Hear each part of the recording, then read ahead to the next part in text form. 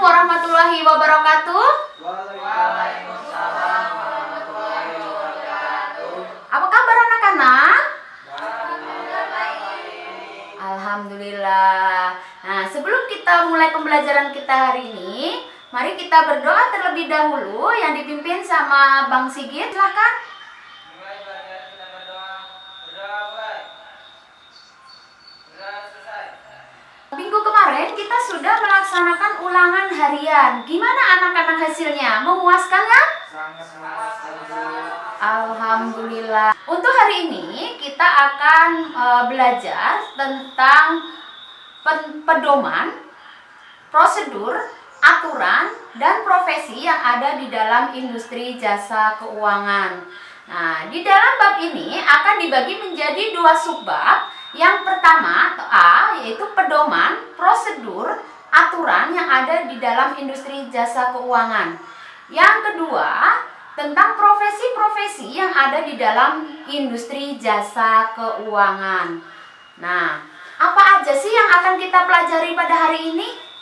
Nah, pada saat ini udah banyak perusahaan yang memakai atau melaksanakan prosedur, pedoman, prosedur, dan aturan di dalam industri jasa keuangan. Contohnya, perusahaan membuat aturan yang dijadikan sebagai pedoman bagi pekerja untuk melaksanakan pekerjaannya dengan baik, dan bagi perusahaan untuk menilai bagaimana kinerja dari pekerja tersebut. Nah, anak-anak, kita akan coba bahas satu persatu tentang apa itu pedoman, prosedur, dan aturan-aturan yang ada di dalam industri jasa keuangan. Apa sih pedoman, prosedur, dan aturan dalam industri jasa keuangan? Nah, pedoman kerja dan prosedur yaitu pedoman kerja adalah suatu standar atau pedoman tertulis yang dipergunakan untuk mendorong dan menggerakkan suatu kelompok untuk mencapai tujuan organisasi. Selanjutnya, tujuan dari pedoman kerja. Yang pertama, memperjelas peran dan fungsi tiap-tiap posisi dalam industri. Nah, yang kedua, memperjelas alur tugas, wewenang, dan tanggung jawab dari petugas atau pegawai terkait. Ketiga, melindungi organisasi atau unit kerja dan petugas atau pegawai dari malpraktek atau kesalahan administrasi lainnya. Empat, untuk menghindari kegagalan, kesalahan, keraguan, duplikasi, dan inefisiensi. Lima, memperlancar tugas, petugas, atau pegawai, atau tim, atau unit kerja. Selanjutnya, manfaat pedoman kerja. Pertama, bagi pegawai baru, yaitu menjadi pedoman kerja dan saran pendidikan atau sarana pendidikan. Jadi, dengan pedoman tersebut, pekerja yang baru bekerja bisa mendapatkan ilmu secara teori maupun prakteknya. Yang kedua, alat untuk menyelesaikan perselisihan atau hubungan kerja. Tiga, alat untuk mengadakan pembagian kerja dan mengatur frekuensi kerja yang tepat. Empat, alat untuk perencanaan kerja.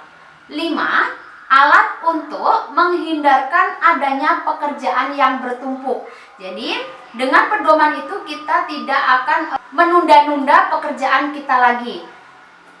Nah, selanjutnya, kegunaan pedoman kerja, yaitu sebelum pekerjaan dimulai. Jadi kita harus mempersiapkan apa saja yang akan kita kerjakan nantinya. Yang kedua, pada saat mengadakan penilaian tentang hasil pekerjaan. Nah, di sini diutamakan pimpinan untuk menilai kinerja pegawainya. Selanjutnya, ketika terjadi revisi. Nah, jika ada perubahan langkah kerja yang mempengaruhi lingkungan kerja. Nah, selanjutnya B, prosedur kerja, tata kerja, dan sistem kerja. Prosedur kerja adalah rangkaian tata kerja yang berkaitan satu sama lain sehingga menunjukkan adanya suatu urutan tahap demi tahap serta jalan yang harus ditempuh dalam rangka menyelesaikan suatu bidang tugas.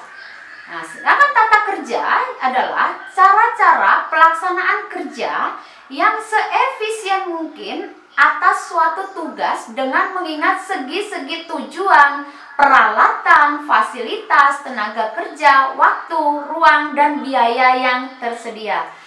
Nah, selanjutnya, sistem kerja adalah suatu rangkaian tata kerja dan prosedur kerja yang kemudian membentuk suatu kebulatan pola tertentu dalam rangka melaksanakan suatu bidang pekerjaan. Manfaat kerja, tata kerja, dan sistem kerja. Yang pertama, melalui tata kerja, prosedur kerja, dan sistem kerja yang dibuat dengan tepat dapat dilakukan standarisasi dan pengendalian kerja dengan setepat-tepatnya. Nah, tata kerja, prosedur kerja, dan sistem kerja bermanfaat baik bagi para pelaksana maupun semua pihak yang berkepentingan untuk dijadikan sebagai panduan dalam bekerja. Beberapa hal yang harus diperhatikan dalam prosedur kerja, pedoman kerja, dan aturan kerja. Yang pertama, harus dibuat print out. 2. Harus disampaikan kepada semua yang bersangkutan. 3. Dalam periode tertentu harus ditinjau atau dievaluasi kembali agar sesuai dengan kondisi terkini. Dan yang terakhir, 4. Harus memberikan dampak yang positif. Nah, 2. Tentang prinsip-prinsip penyusunan prosedur kerja. Nah, mengingat pentingnya prosedur kerja, tata kerja, dan sistem kerja, maka perlu diketahui prinsip-prinsip dalam penyusunan prosedur kerja, yaitu sebagai berikut. Nah, prosedur kerja, tata kerja, dan sistem kerja harus dipertimbangkan tujuan, fasilitas, peralatan, material, biaya, dan waktu yang disediakan secara luas, macam dan sifat dan tugas pekerjaannya. Dalam penetapan urutan tahap demi tahap dari rangkaian pekerjaan, maka antara tahapan yang satu dengan tahapan yang lain itu harus berhubungan, karena itu merupakan satu kesatuan untuk mencapai tujuan. Nah, 3. Tentang simbol-simbol dalam prosedur kerja. Nah, jenis-jenisnya banyak di situ, bisa anak-anak lihat. Kegunaan simbol-simbol prosedur.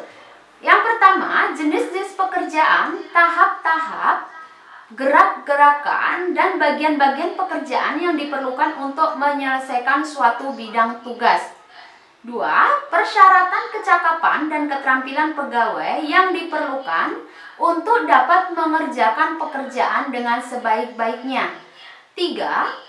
Peralatan fasilitas kerja yang diperlukan untuk dapat mengerjakan pekerjaan. Selanjutnya, aturan kerja.